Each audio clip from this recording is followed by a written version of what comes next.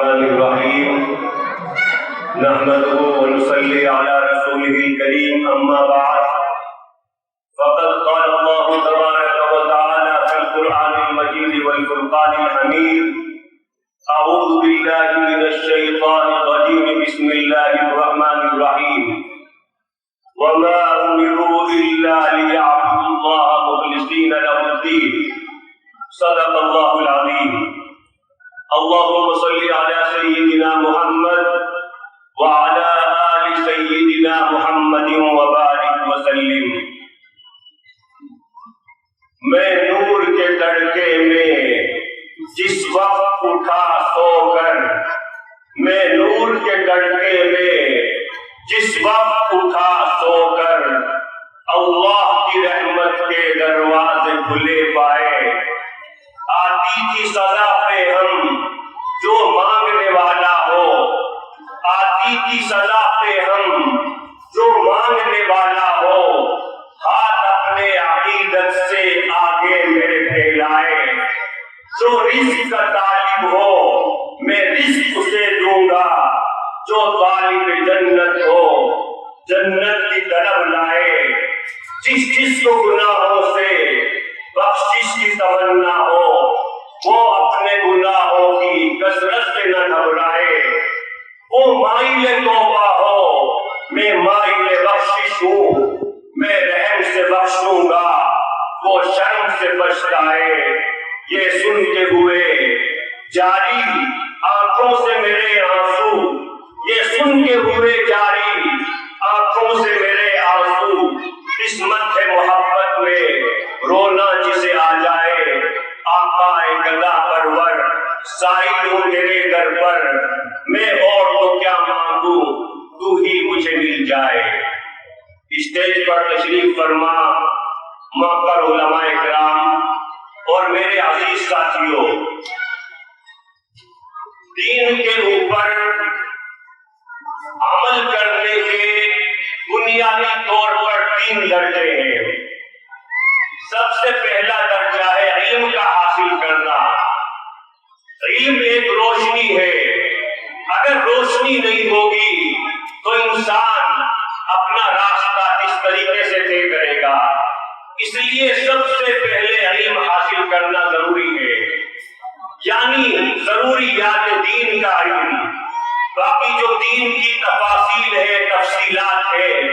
ان کا جاننا ہر ایک کے لیے ضروری نہیں، اس کے لیے مخصوص لوگ کافی ہے، ایک جماعت کافی ہے۔ اور دین کے اوپر عمل کرنے کا دوسرا درجہ ہے عمل کرنا، اس لیے کہ اگر کسی کے پاس بھی علم ہے لیکن عمل اس کے پاس نہیں ہے تو ایسے علم کا کوئی فائدہ نہیں۔ علم تو شیطان کے پاس بھی بہت تھا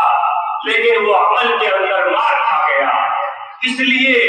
علم کے ساتھ ساتھ عمل بھی کرنا ضروری ہے۔ اور تیسری چیز ہے اور جو سب سے زیادہ ضروری ہے وہ ہے اخلاص، یعنی نیت کا ٹھیک کرنا۔ میں مختصراً اسی کے اوپر کچھ گفتگو کروں گا۔ میرے محترم بھائیوں، نیت کا ٹھیک کرنا یعنی ہر عمل کو اللہ تبارک و تعالیٰ کے لیے کرنا، ہر عمل میں یہ نیت کرنا کہ میں اس لیے یہ عمل کر رہا ہوں، میں اس لیے یہ کام کر رہا ہوں کہ اللہ تبارک و تعالیٰ مجھ سے خوش ہو جائے، اس کو کہتے ہیں اخلاص۔ یہ بہت اہم ہے اور بہت زیادہ ضروری ہے اور بہت زیادہ مشکل بھی ہے۔ جو لوگ دین کے راستے میں چلتے ہیں، تصوف کے راستے پر چلتے ہیں، اللہ تبارک و تعالیٰ تک پہنچنے کی کوشش کرتے ہیں، ان کو پتہ چلتا ہے کہ یہ راستہ کتنا مشکل ہے۔ اسی لیے نبی کریم صلی اللہ علیہ وسلم نے ارشاد فرمایا انما الاعمال بالنیات، actions are governed by intentions, یعنی اعمال کا دار و مدار نیتوں پر ہے۔ اگر آدمی چھوٹا بھی عمل کرتا ہے لیکن اس کی نیت خالص ہوتی ہے تو اللہ تبارک و تعالیٰ اس کے اوپر بہت بڑا اجر و ثواب عطا فرماتے ہیں۔ اور اگر آدمی بڑے سے بڑا عمل کرے لیکن اس کی نیت ٹھیک نہ ہو، دکھانا اس کا منشا ہو، تو اللہ تبارک و تعالیٰ ایسے اعمال کو، ایسے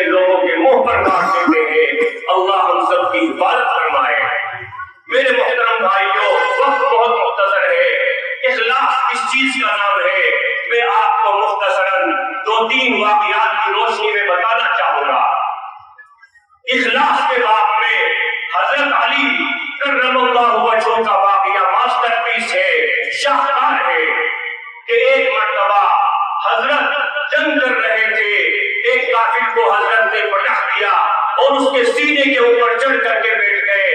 اور وہ ارادہ کیا کہ اس کو اپنی تلوار سے قتل کر دے، لیکن اس آدمی نے دیکھا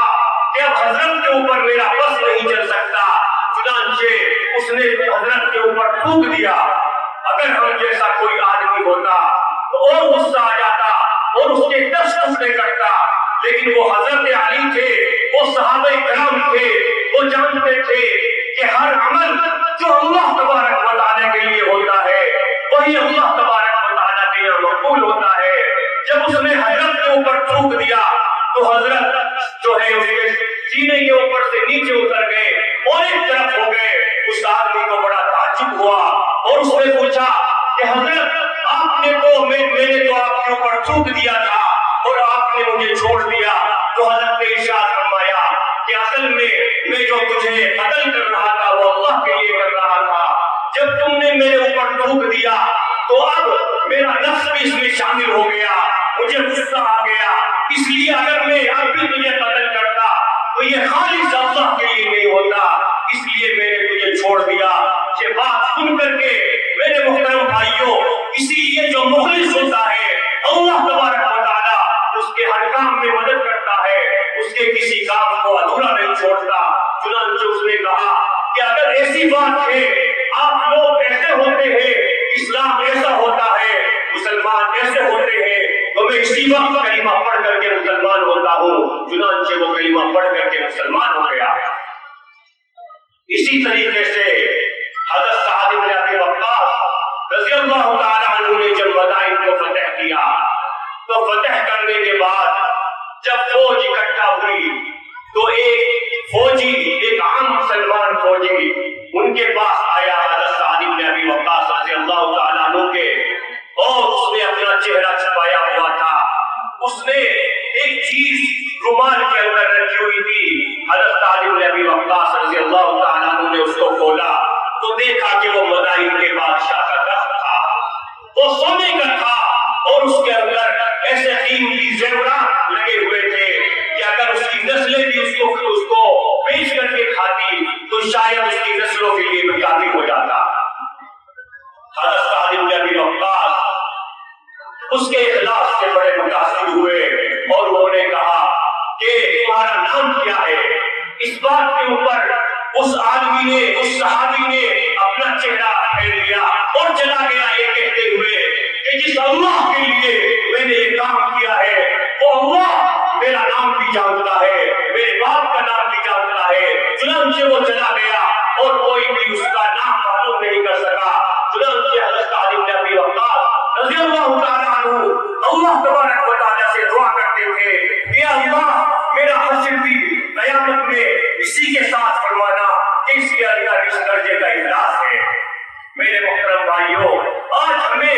جس چیز کی سب سے زیادہ ضرورت ہے وہ اخلاص ہے۔ آج نماز پڑھنے والے بھی بہت ہیں، روزہ رکھنے والے بھی بہت ہیں، صدقہ خیرات کرنے والے بھی بہت ہیں، لیکن ہمیں یہ اپنی نیتوں کو چیک کرنے کی ضرورت ہے۔ اللہ تبارک و تعالیٰ کے یہاں 7 کوالٹی کنٹرول ڈپارٹمنٹ بنے ہوئے ہیں کہ جو اللہ تبارک و تعالیٰ کے حکم سے اخلاص کی چیکنگ کرتے ہیں، اور ان 7 چیک پوسٹ کے بعد خود اللہ تبارک و تعالیٰ دیکھتے ہیں اگر عمل اللہ کے لیے ہوتا ہے تو اللہ تبارک و تعالیٰ اس کو قبول فرماتے ہیں، ورنہ ریجیکٹ کر دیتے ہیں۔ میرے محترم بھائیوں، میں آخری بات کہہ کر کے اپنی بات کو مکمل کرتا ہوں۔ ہمارے حضرت جی دامت برکاتہم محبوب العلماء والصلحاء والانبیاء حضرت مولانا پیر فقیر ذوالفقار نقشبندی دامت برکاتہم فرماتے ہیں کہ اس دور کے اندر 2 باتوں کو لازمی پکڑ لو، ایک ہے اللہ کا ڈر اور ایک ہے اللہ کا ڈر۔ یعنی کوئی بھی مسئلہ ہو اللہ تبارک و تعالیٰ کے دربار میں اس کو پیش کیا جائے، اللہ تبارک و تعالیٰ کے سامنے اپنے مسائل، اپنی پریشانی رکھی جائے، کبھی بھی اللہ تبارک و تعالیٰ کے ڈر کو نہ چھوڑے۔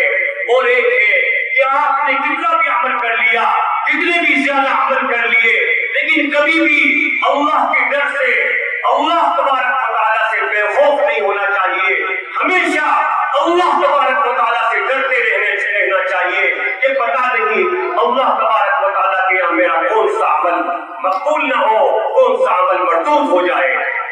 اس لیے میرے محترم بھائیوں، ہمیں اپنی نیتوں کو درست کرنے کی ضرورت ہے۔ اللہ تبارک و تعالیٰ ہماری نیتوں کی اصلاح فرمائے۔ میں آخر میں حضرت مولانا عامر صاحب دامت برکاتہ کا شکریہ ادا کرتا ہوں اور ان کو مبارکباد بھی دیتا ہوں کہ انہوں نے اتنا اچھا پروگرام کیا اور مدرسے کی ایکٹیویٹیز، اس کی سرگرمیاں بھی میرے سامنے آتی رہتی ہے اور مجھے پتہ چلتا رہتا ہے کہ حضرت مولانا قیصر صاحب رحمۃ اللہ علیہ کے بعد بھی یہ مدرسہ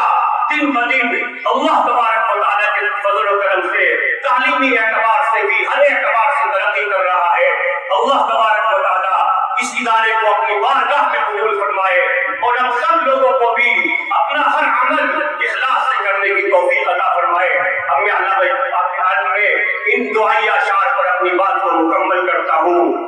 میرا جینا میرا مرنا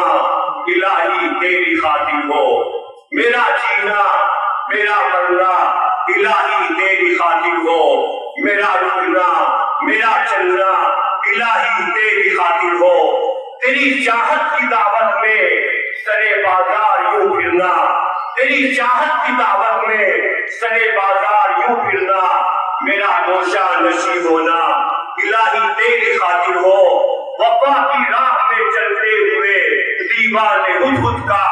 وفا کی راہ میں چلتے ہوئے دیوان ہدہد کا غبار